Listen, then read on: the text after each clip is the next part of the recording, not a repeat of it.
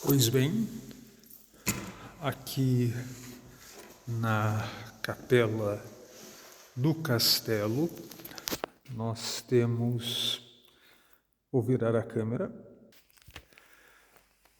nós temos então esta lápide, onde colocam-se todos os príncipes e suas consortes estão sepultados. Na realidade, os ossos é que foram colocados nas paredes tempo depois. Nós percebemos que o último que aqui foi sepultado foi Ângelo I, que viveu de 1791 a 1865. Depois deste, porque enfim, Ângelo I, ele foi irmão de Domênico IV, ambos filhos do príncipe anterior, Andrea II, com a princesa Maria Caterina Giovanna de Medici Dottaiani, que tiveram esses dois filhos e, bom, também foram pais do príncipe Pietro I, que também foi sepultado propriamente aqui, mas essa placa não foi atualizada mais depois disso, apesar de que aqui, no outro lado, se colocou o fato de que o meu avô, pai do meu pai, Virgínio Gonzaga Trivulzio Galli, príncipe de Mesolcina e príncipe Trivulzio Galliorum, isso aqui está em latim, na forma como os artesãos daqui conseguiam escrever em latim. E essa placa comemora o fato de que ele foi batizado nesta capela. Não temos exata certeza se o meu avô nasceu neste castelo, mas sabemos que ele foi batizado, ao menos nesta capela, como essa outra antiga placa, sempre, pelo menos desde 1916, assim o diz.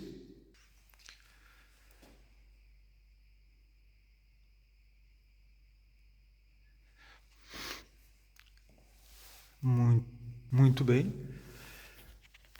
Aqui temos uma listagem diferente daquela, não é? Um pouco maior, mais gótica.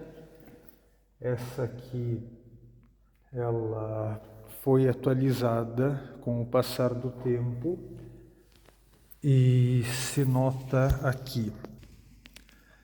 Depois do príncipe Ângelo I,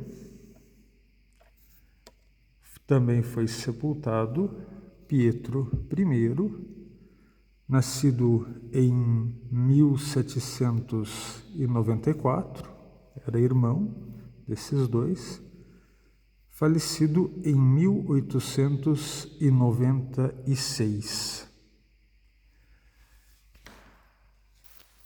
Este príncipe Pietro I, porque depois o seu neto também chamou-se Pietro, foi pai do príncipe Francesco, que deixou a Europa já bastante idoso e faleceu no Brasil 10 anos depois da sua chegada, em 1928.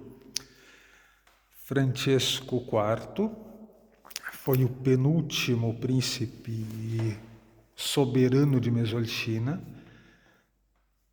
Ali nos idos da Segunda Guerra Mundial, da Primeira Guerra Mundial, do segundo grande conflito europeu, porque o primeiro foi o conflito franco-prussiano. Ele, então, numa última tentativa de tentar salvar Mesolchina enquanto um estado soberano, ele abdica em favor do filho, Pietro II, que vem a ser então meu bisavô, porque é o pai do meu avô, do príncipe Verdinho, que essa placa então comemora o batizado dele aqui nesta capela em 1916. Depois disso, em 1918, com a queda do Império Austro-Húngaro, o fim de tudo isso, não é? Se foi primeiro para a Suíça, depois da Suíça se foi definitivamente para o Brasil. Esse castelo, ele foi tomado pelo novo Estado que havia sido aqui criado, então, não é? Que havia sido um primórdio da atual Eslováquia, mas unido com a Boêmia. Boêmia, hoje em dia, nós chamamos ela de República Tcheca. E, bem, esse novo Estado tchecoslovaco desapropriou esse castelo, não apenas esse, muitas outras propriedades da nobreza que era ligada ao Império Austro-Húngaro, independente da nacionalidade desta nobreza. Mesmo nós, que aqui vivíamos, desde 1720, continuávamos sendo de nacionalidade ou de origem propriamente italiana. Mesmo assim foi desapropriado. E bom, né? Depois, quase no final da Segunda Guerra Mundial, o lugar foi completamente bombardeado, sobrou realmente muito pouco. E se hoje existe de verdade ainda, não é? Um castelo aqui de Viglas, porque o meu caro primo Conde Daniel gastou muito dinheiro para reconstruí-lo, e o fez em pequenos detalhes. Realmente, vejam aqui que ele reconstruiu essa parte, porque era costume próprio daquele período, não é?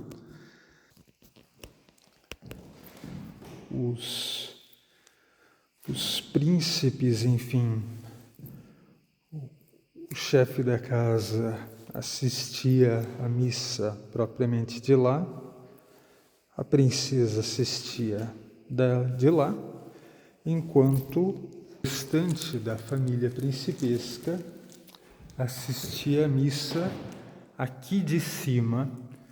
Aqui atrás de mim, então, está o vitral de São Miguel. Essa capela é dedicada a Santa Maria, São Miguel e todos os santos. O título realmente é esse. O nome de todos os santos vem pela questão de todos os que foram depois os ossos sepultados nas paredes, todos os membros da família.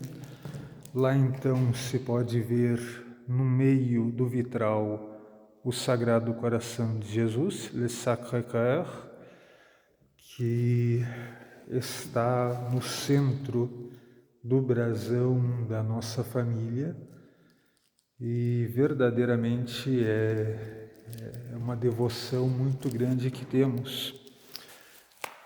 Ali na abertura da parede, nós percebemos que em algum outro momento da história, além deste local elevado, de onde os príncipes e as princesinhas assistiam à missa, também havia um outro balcão para se assistir à missa diretamente do salão contíguo, né?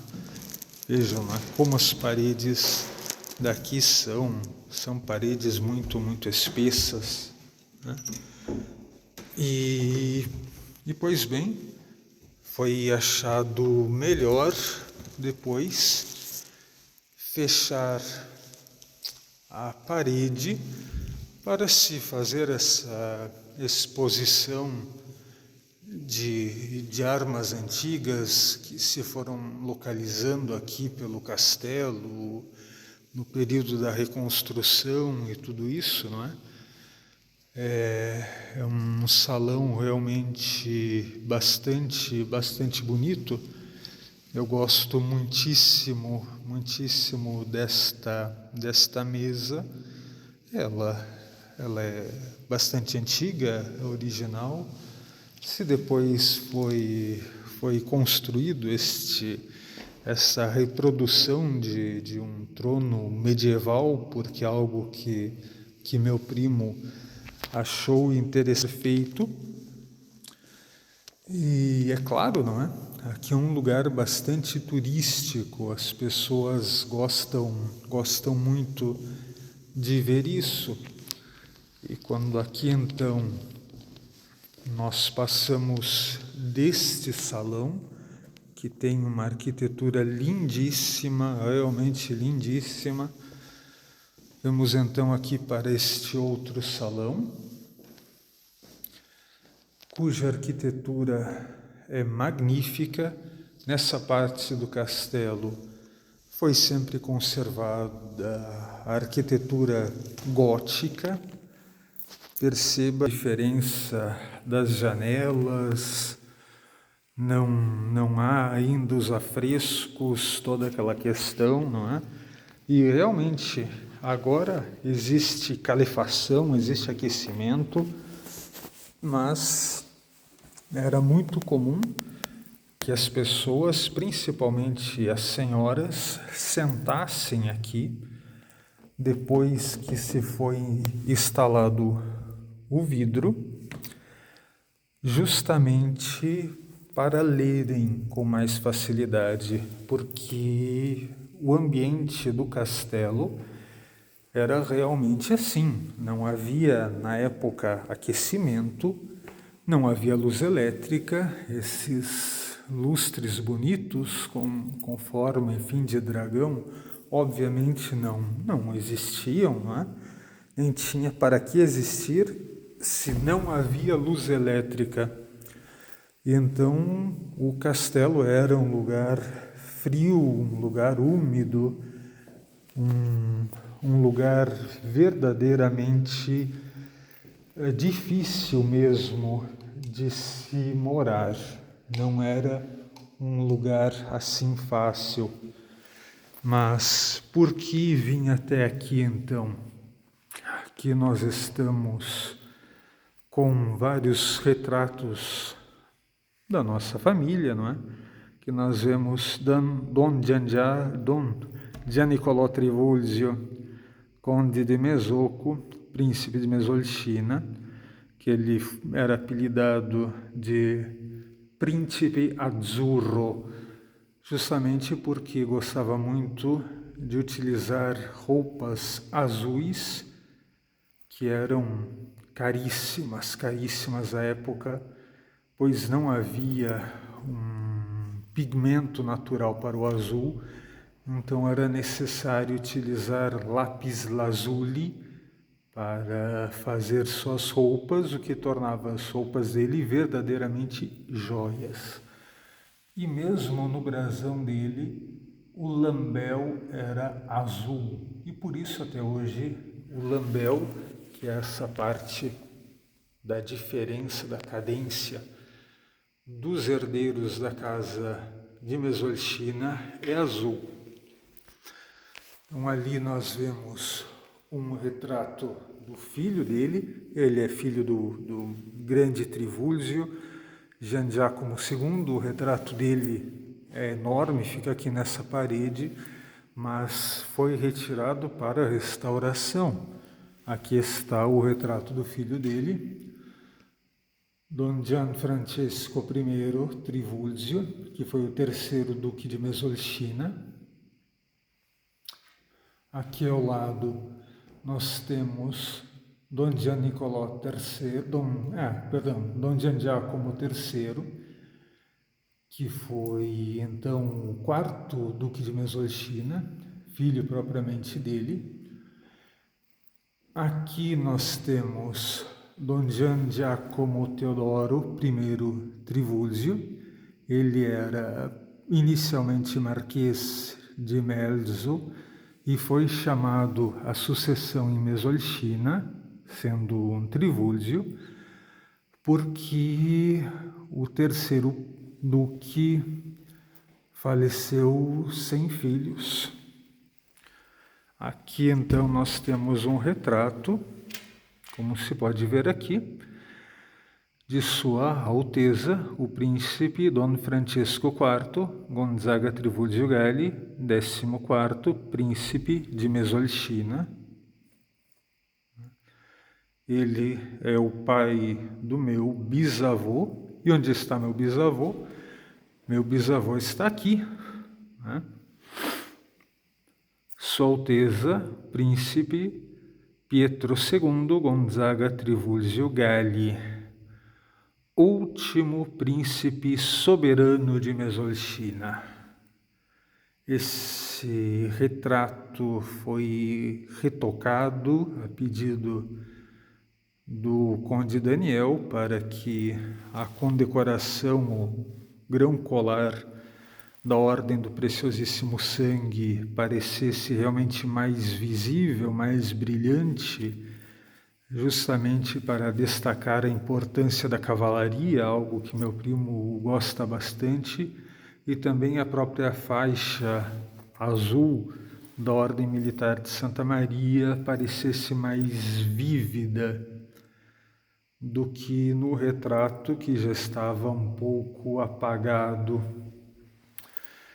Esta fotografia aqui foi feita já no Brasil e existem tantas outras fotografias dele, algumas originais, bastante antigas aqui, onde este homem, Francisco IV, parecia tão potente, tão forte. Meu avô falava muito dele, do seu próprio avô. E nessa fotografia se nota um olhar bastante cansado. Nós percebemos verdadeiramente que era um homem estanco, veramente estanco. Quem sabe um homem que estava cansado da expectativa de retornar propriamente aqui para a Europa, de ter os seus bens restituídos, de tudo isso, né? Aqui então nós vemos algumas peças de mobiliário. Veja-se belíssimo, não é belíssimo? Um trabalho que não se faz mais. Ao mesmo tempo que havia algo sempre para dar um pó de paura, um pouco de medo, não é? Nessas gárgulas que seguram esses locais para pequenas velas. Ao mesmo tempo, logo aqui abaixo, havia a exaltação da cavalaria como algo, então, que o medo estava acima, porque era algo que intangível, que não se poderia tocar, mas que verdadeiramente a cavalaria, ao nível terreno, fazia tudo aquilo que era necessário para combater o medo, que nós vemos então os cavaleiros cristãos que estão combatendo os turcos, que estão expulsando os muçulmanos da Europa. Como se pode ver, também deste lado, aqui embaixo, a mesma coisa. Este móvel foi mandado fazer para comemorar os feitos dos tantos condottieri di Ventura da família. Aqui se percebe a mesma coisa, os mesmos motivos. Já aqui nós temos uma reprodução de uma mesa medieval, algo que realmente não era do tempo da nossa família, já que quando aqui foi adquirido por nós foi em 1720, era um período de transformação das propriedades como essa. Se queria sempre castelos mais e mais confortáveis na medida do possível, então se instalavam os vidros, tudo isso para tentar manter o lugar mais aquecido possível, mesmo que não existisse calefação, aquecimento. Mas aqui então nós vemos a reprodução de como era ou como poderia ser no período anterior ao dos Trivulzio Galli, com corne para servir de copos, aqueles que eram convidados à mesa. E aqui então nós temos, e não são tapetes, são realmente animais empalhados. Não é? Veja-se bem que interessante, e quando nós levantamos percebemos que são animais empalhados. Aqui então esse belíssimo leão, esse espécime africano que está aqui ao lado destes ursos, que são realmente já aqui desta região da Europa. E um outro móvel, também de época, aquela cadeirinha. E, pois bem, não poderia aqui estar tanto tempo sem fazer este vídeo, mostrando para vocês essa parte realmente mais próxima da história da minha família. Espero que tenham gostado.